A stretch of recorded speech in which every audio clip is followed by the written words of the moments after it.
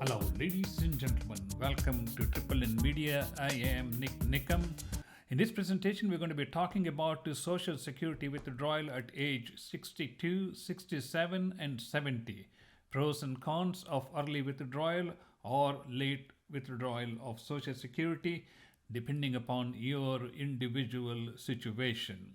So, this is brought to you by Health Life 360, healthlife360.com, located in Houston, Texas. There's our contact information.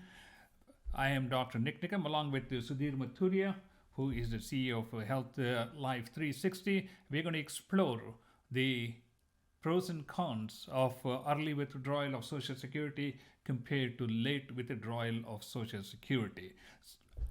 So let us begin with the feature presentation. Here is a graph which kind of looks complicated, but it is not that complicated. The age for Social Security income withdrawal is 67, but you have an option to withdraw the money at age 62, or you can delay taking your Social Security up to age 70. There are some benefits to withdrawing at the age 62. There are also benefits to withdrawing money at age 70, along with some cons for both these situations, and we are going to explore.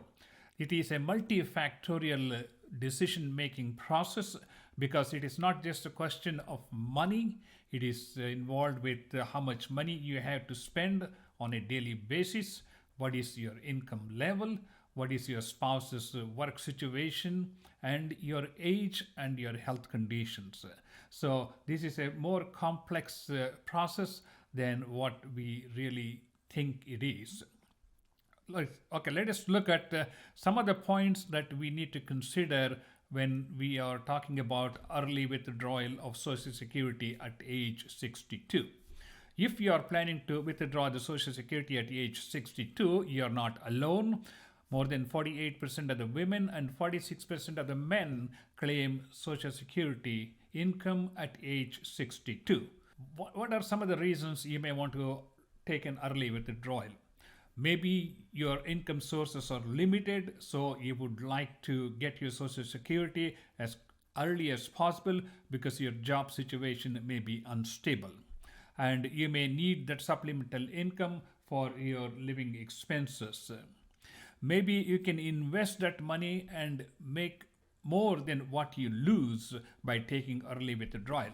I want to point out that if you were to take the money at age 62, you're going to give up 30% penalty from what your Social Security check would have been at age 67. That's a substantial drop in your income, 30% drop in your income for a matter of 5 years. You may say, well, I can make up that money by investing. I'm a smart investor. I can go put this money in stocks, bonds, and mutual funds, and I can make much better money than what Social Security can do. Yes, theoretically, yes. But then you're investing a lot of time in putting money in the market to work, and you have to be lucky. And even if you make money, you still have to report that as income, and you have to file for tax returns, and you have to maintain bookkeeping, you have to hire a CPA, a whole host of things which go along with investing. So that is the downside of thinking that you can make more money by taking early withdrawal and putting it in the stock market. The next point you want to consider is your health condition. Your health condition is something which is very important because if you think, you're not going to be living to age 70 or 80, you may want to withdraw your Social Security early to supplement your income and help with your family expenses.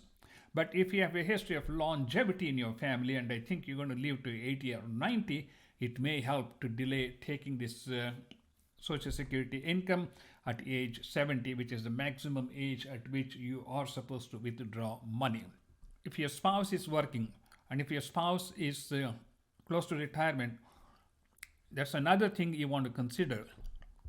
That's another thing you want to consider. Should both of you withdraw Social Security at the same time if you don't need the income? Should one person delay it up to age 70 so that the second person would get more return when the first spouse passes away?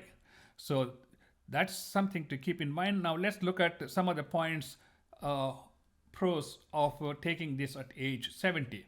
When you take your retirement at age 70, between 67 and 70, you get a 7.5% increase in your Social Security, which is a 7.5% return on your Social Security check, which is far better than what you can do in any market, depending upon what the market situation is.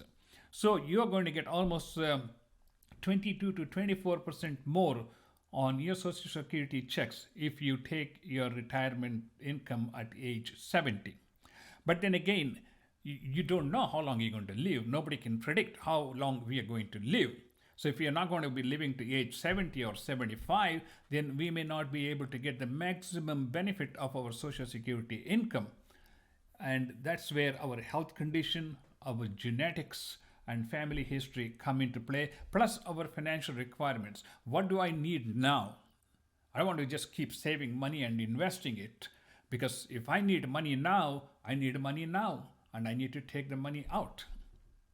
All right, so a couple of other points about taking it late is the health condition, which I talked about, and again, the spousal income, which I stress upon in the previous slide.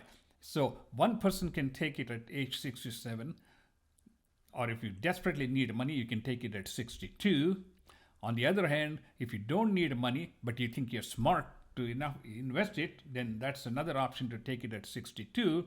But one spouse can take it at 67, and the other spouse can hold it till 70 if you have enough income to survive for 3 years based on your retirement income and your one-person Social Security. So this is a complex formula which has to be individualized to your needs so that it meets your financial requirements on a daily basis, and also you have a long-term plan.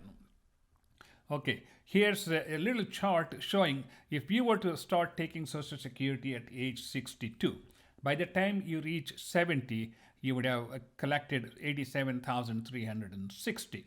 But if you delayed up to 70, you're not collected anything. And by age 75, you're still getting less money compared to the person who received it at 62. But however, after 10 years, the numbers equal. And after 15 years, you see you get more money when you delay taking Social Security compared to if you're taking early Social Security, because here you took a 30% penalty hit from day one, and that will continue for the rest of the life. So this is a simple chart to give you a bird's eye view of what to expect. But again, all of these things have to be boiled down, balanced to what it is your aim. And this chart, which I showed you at the beginning, will tell you, supposing, let's say your target is $500,000. If you start taking Social Security at 62, you're going to reach that one by age 78. Whereas if you start taking at age 67, you reach that by age 79 or 79 plus. But if you delay it up to age 70, then you reach that number by 80. So there's a substantial difference here of 3 to 4 years. That brings the question of longevity, your overall health, and your financial situation. Do you need the money now, or you don't need the money now? And these are things which only you can sit down with your accountant and decide.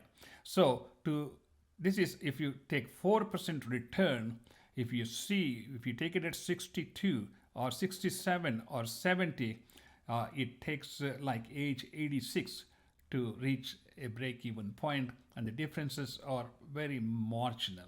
So the whole thing boils down to your age, your income level, your needs for spendable cash, your spouse's financial situation, spouse's health, your overall health, your investment style, and your long-term goals.